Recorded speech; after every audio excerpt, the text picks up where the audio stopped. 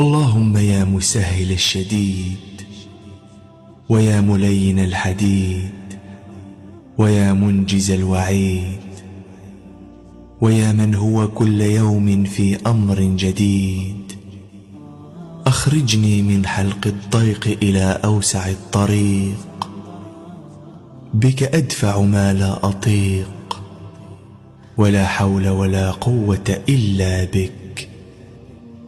رب لا تحجب دعوتي، ولا ترد مسألتي، ولا تدعني بحسرتي، ولا تكلني إلى حولي وقوتي، وارحم عجزي فقد ضاق صدري، وتاه فكري وتحيرت في أمري، وأنت العالم سبحانك بسري وجهري.